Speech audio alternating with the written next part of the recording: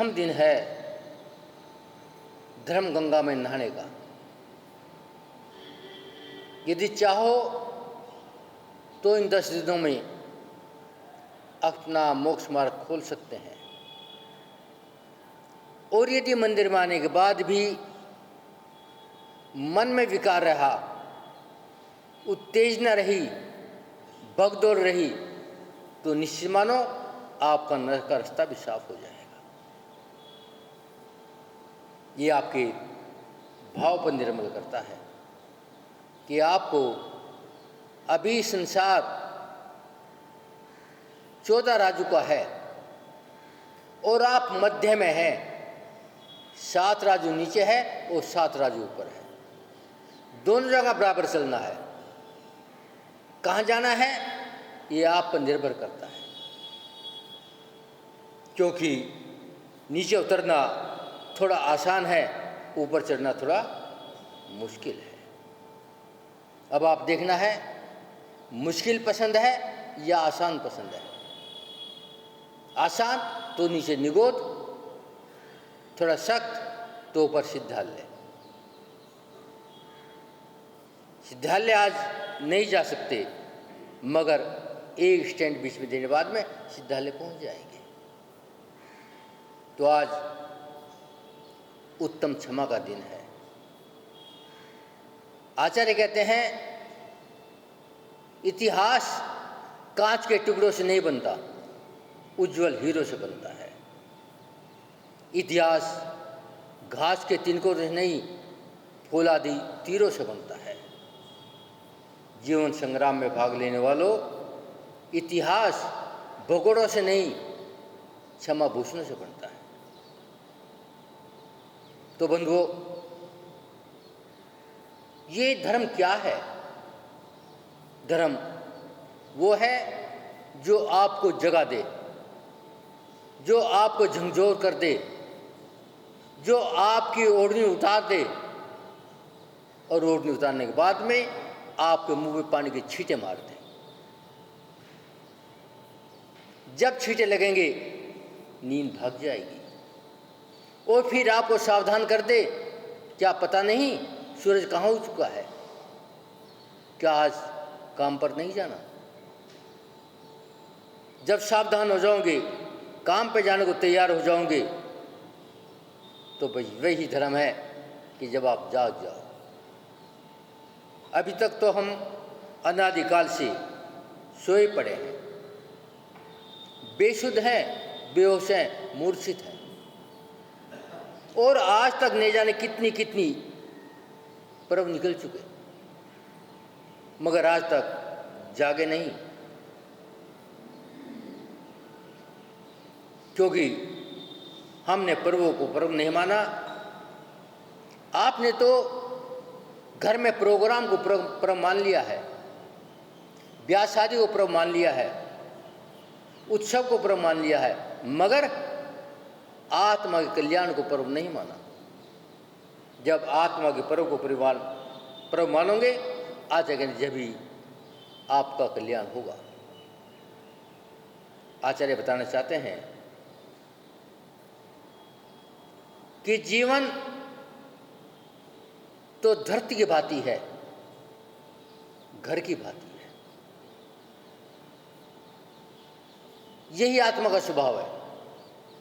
जिस प्रकार की धरती पर कितने हल चला लो, कितना खोद लो, मगर धरती आपको कुछ नहीं कहेगी। उसके बाद भी एक एक दाने के बदले में हजार हजार दाने दे देगी। तो आचार्य कहते हैं यदि जीवन उस धरती की भांति बन जाए, इतना सहनशील हो जाए, तो जीवन में कुछ होगा। आचार्य कहते हैं यदि आपको घर बनाना है तो सबसे पहले जमीन लेनी पड़ेगी। जमीन के बगैर घर नहीं बन सकता।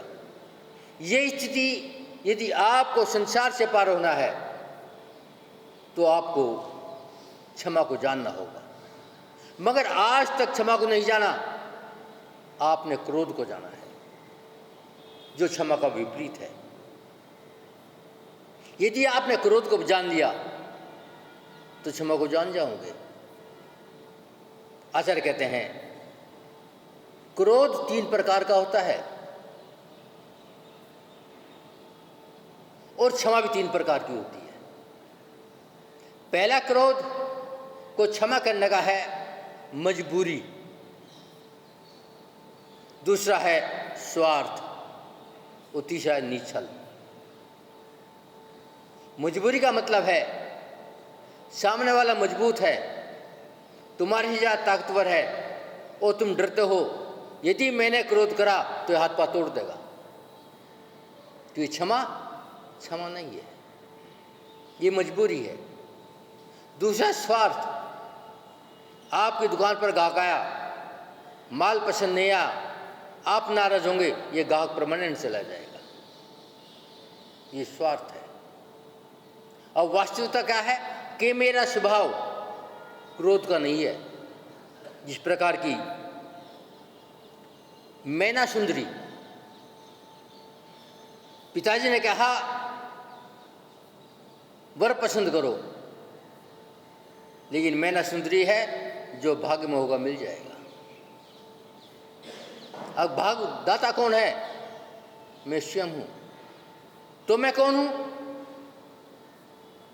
तुझे पाला, परवरिश किया, भोजन दिया, लाड़ पार किया, तो मैं कौन?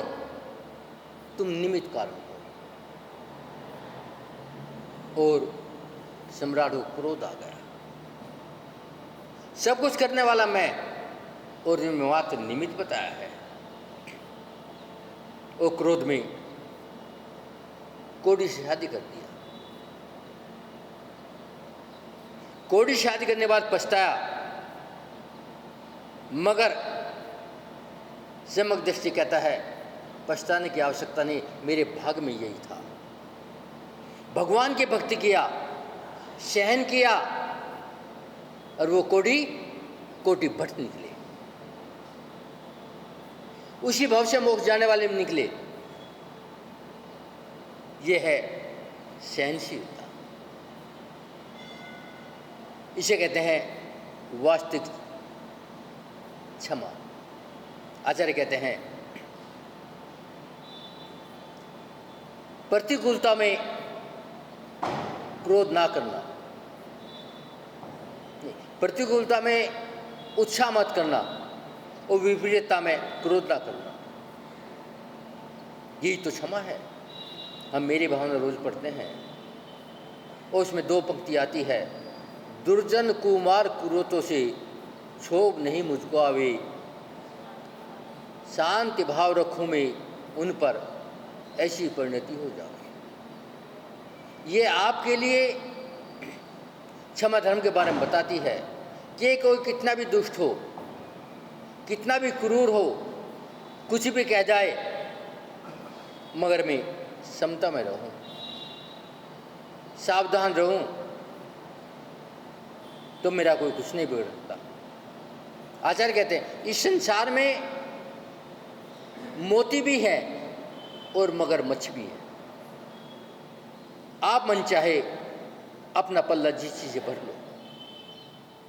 यदि आप अपने अंदर गहराई में उतरोगे, जिस प्रकार के सागर में उतरने के बाद में मोती मिल जाते हैं और सागर में मगरमच्छ भी खा जाते हैं।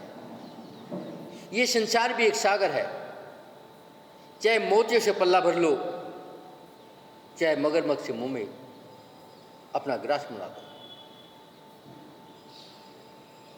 आचार्य कहते हैं केवल भगवान भी संसार में रहते हैं, मगर वे मोती लेते हैं, और आप भी संसार में हो, आप मगरमच्छ के मुंह में चले जाते हो।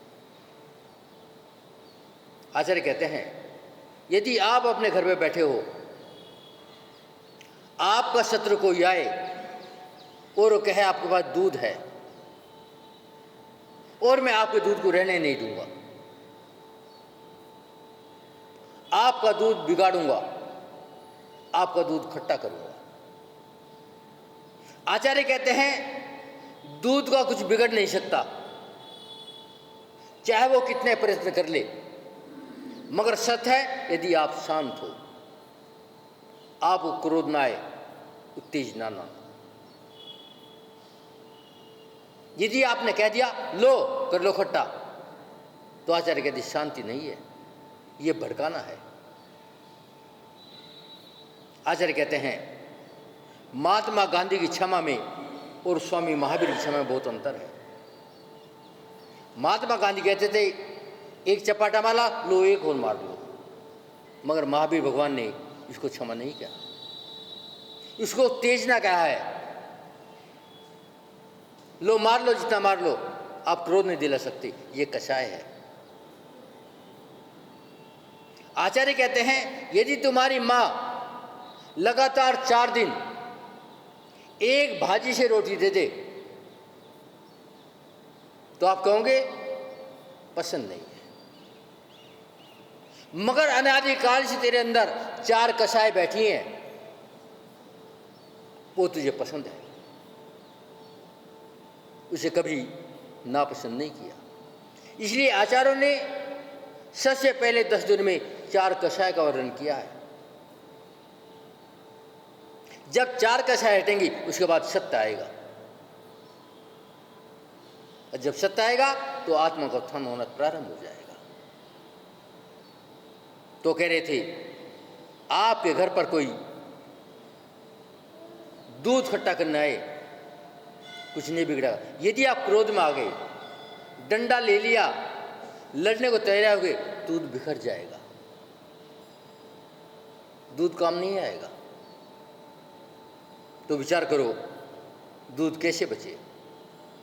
पूजा में पढ़ोगे उत्तम क्षमा गो रे भाई, ये बार प्रभव हो सुखदाई, गाली सुनमुन खेद नानो, गुण को अवगुण कहे आनो। मात्र ये पढ़ने के लिए है या जीवन उतारने के लिए है?